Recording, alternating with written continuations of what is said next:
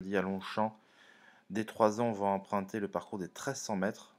Donc c'est proche du tracé qu'on appelle du toboggan. Donc il ne faudra pas manquer de vitesse. Une course qui est placée en fin de programme avec une piste bien souple. Donc les gros numéros dans les stalles ne seront pas forcément désavantagés puisqu'on arrive en fin de réunion et que la piste sera bien souple. Donc très honnêtement, ne pas tenir compte des positions initiales dans les stalles.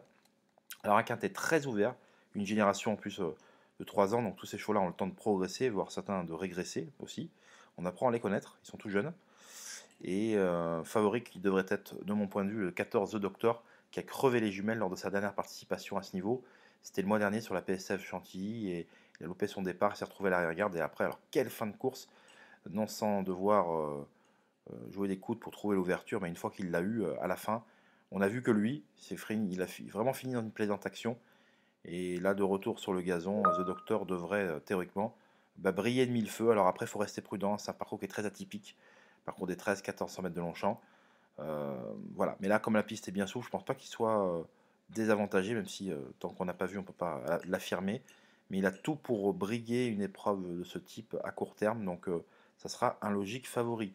Pour profiter de mon analyse et de mon expertise au niveau de ces quintés et des autres épreuves du programme, c'est sur le site www.caparros.fr que ça se passe, avec des intervenants de grande qualité qui nous permettent régulièrement de passer à la caisse ou toucher des belles choses.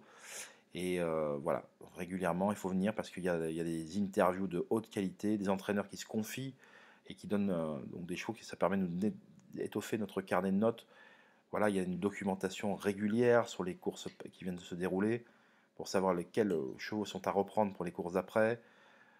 Vous avez également, bien évidemment, mes analyses en vidéo des pronos pour les jours d'après. Et donc je prends le temps vraiment de faire des vidéos généralement autour d'une demi-heure entre passionnés, et ça vous permet vraiment d'avoir un avis tranché sur les courses à venir, sur les choix que j'ai faits. Donc vraiment, il faut vraiment venir voir ce qui s'y passe. Je vous souhaite une excellente journée. Tous les liens sont sous la vidéo. N'hésitez pas à venir tenter votre chance. Et on se dit dans tous les cas à très vite. Bye bye.